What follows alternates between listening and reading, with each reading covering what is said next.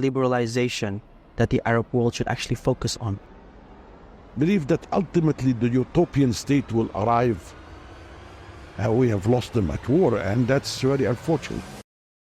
Good day, my name is Muhammad Ihsan, and I'm here today again with Professor Naser Tahboub from the University of Jordan School of International Studies. So Professor, now we're going to talk about the developments in the Arab world. So where are we today in the process of development in the Arab world? Well, it is a pleasure to see you again, Mr. Sinjaya. This is really a relevant question.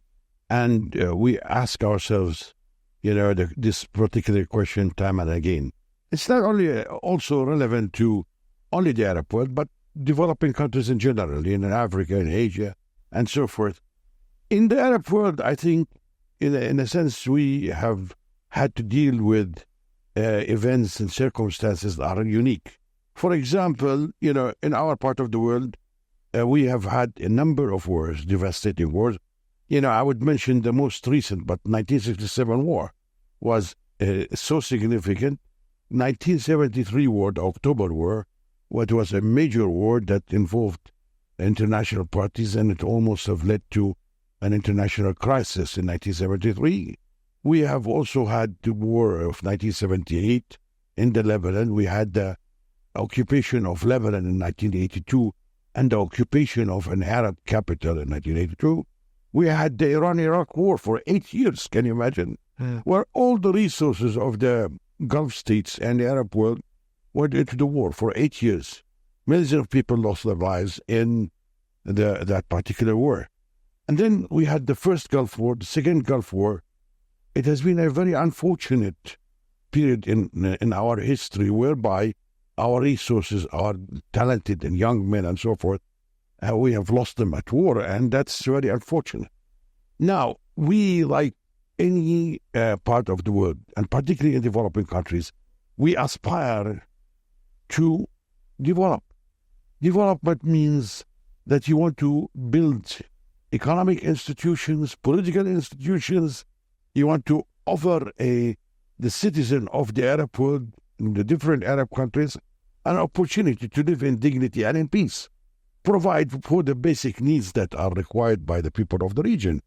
To have basically, health care, to have food, to have education, to have a job. In other words, we need to have peace like the rest of the world. And in order to achieve that, there are certain issues that are really important that you have to keep in mind. You cannot have development without institutional development. You have to have a Department of Education. A Department of Education that is qualified, capable, and the relationship with the citizen and those institutions is a strong one in order to participate in the decision-making process. To have an elected representative, a parliament, legislature is really important. It does help the process to go about in a smooth transition where, the election of representative to the legislature is a significant one. It strengthens the relationship between the citizen and the government. That is very important because you have to have governments. Your government will be able to control power and security, and it is a prerequisite to achieving a stable state. But a stable state that is based on institutions and institutional development that is so critical. Yes. Sorry, go ahead. Yes. What kind of modernization or liberalization that the Arab world should actually focus on? Francis Fukuyama, one of the greatest political scientists, he's teaching at Stanford University, and he was at a number of institutions in the United States, wrote about, the issue of political and economic development in developing countries. He's one of the brilliant minds. He wrote also an article that was entitled The End of History. And what is the end of history? It is talked about often, in lectures, seminars, and so forth. But, he referred to it, and he wrote this article, I think, in 1988, whereby, for the last 150 years, he says, that, people who believed in socialism and communism believed that ultimately the utopian state will arrive in 150 years. But while in reality, in 1989, the opposite has happened. This utopian state that we were expecting to happen, or the readers or the researchers, that was to happen in 1988, actually did not happen. It was actually the breakup of the Soviet Union, and it seemed that, the liberal economic policies and capitalism won. They won over the communist utopian state. So in essence, you ask the question whether this model of participation and participatory democracy that prevailed and was successful, was it a successful model? Is it a model that can be implemented in the developing countries and in the Arab world? What are the requirements to achieve progress, dignity for the citizens of our region? We are not any different from anybody else in any part of the world.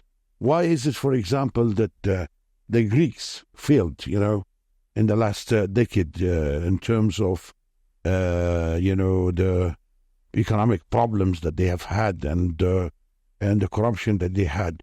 Why is it the Germans were successful in building institutions that could last, through the last 100 years and so forth?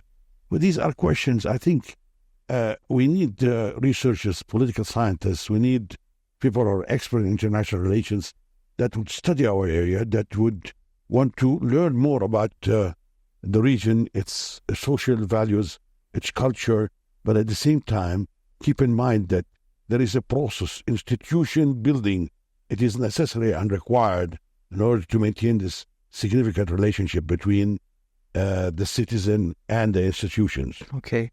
One last question, Doctor. Yes, sir. What do you think, what are your thoughts on the different or the economic development between one Arab state and another?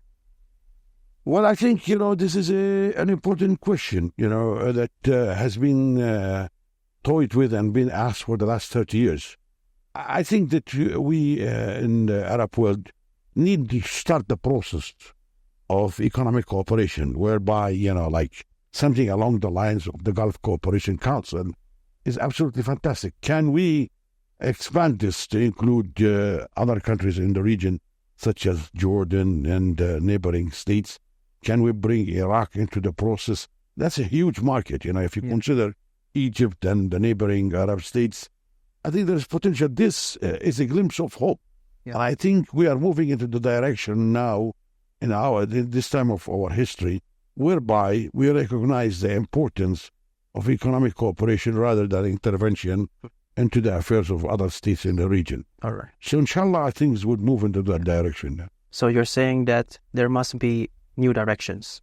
Yes, indeed. Not only that, but I think, we have been focusing on our trade development of economic relations with the West.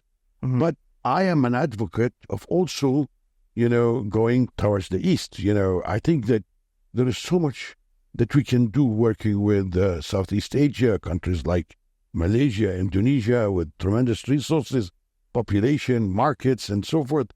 And, they have got experience. We can learn from that experience. And, as the Dutch say, one hand washes the other. Mm. And I think that, in the past, the Europeans were going to Asia for the spices and so forth. There is so much to learn from Asian countries that have preceded us, like Malaysia and Indonesia. If you look at their industries, outstanding industries, in coffee production, in tires, and you name it. In Malaysia, it's fantastic, and Indonesia particularly. The islands are fantastic. The population is there, and there is a natural link between this part of the world and Asia. Mm-hmm. And I think we should really work on, developing the relations between the Arab countries in our region, the Middle East, the Arab countries, the Arab League, and ASEAN countries. Mm-hmm. There is a group of them that are successful in terms of developing economic relations between the 6 states. I think there are 6 of them. Mm-hmm. And I think we can just start the process. It is urgent. We can develop relations, economic relations, military relations, industry, and so forth. The list is a long one. It's time to move in that direction. Yeah. Look East policy, people mention. Yes, yes, indeed, sir. All right. Thank you so much for your time, Doctor. Thank you, sir. Yeah. I mean,